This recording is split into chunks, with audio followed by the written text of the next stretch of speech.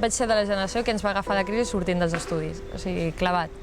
Llavors, clar, la meva intenció era treballar a la cultura, però en aquest temps la cultura és una de les coses que pitjor està. Ara mateix no veig exactament la llum al final del túnel. Fa por i sembla que ens anem a ensorrar, però és l'oportunitat de créixer, és l'oportunitat de canviar la mentalitat i d'innovar. De fet, la paraula crisi és oportunitat en grec. Pels estudiants ha estat també una miqueta una bona oportunitat per marxar fora a treballar.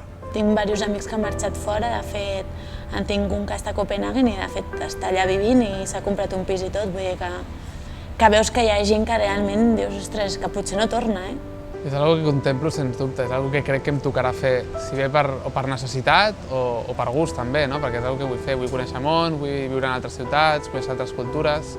M'encantaria poder marxar uns quants anys fora a treballar, on fos. Sigui bé perquè la gent ha perdut la seva feina per mala fortuna, s'ha posat a estudiar més i sobretot en llocs com la UOC perquè és compaginable amb la vida familiar o amb la vida laboral. En aquest sentit també la crisi ha animat a que la gent s'espavili més en aquest sentit i es formi i intenti reciclar-se si cal. Havia acabat Sociologia i estava treballant en un bar i les possibilitats que tenia de créixer o de sortir laboralment eren escasses.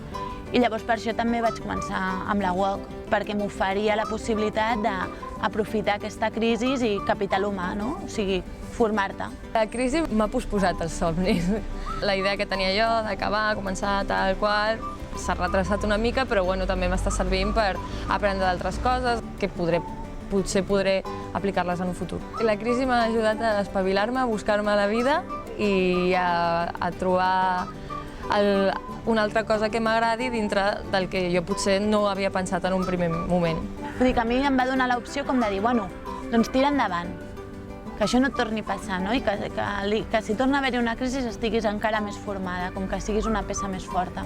És una que ha quedat i quedarà per sempre. No s'oblida en aquest sentit, no tothom n'aprèn de l'experiència. Espero, vaja, seria alguna cosa positiva, que s'aprengués de la crisi. Si no aprèn d'ella mateixa i l'oblidem, tenim un problema.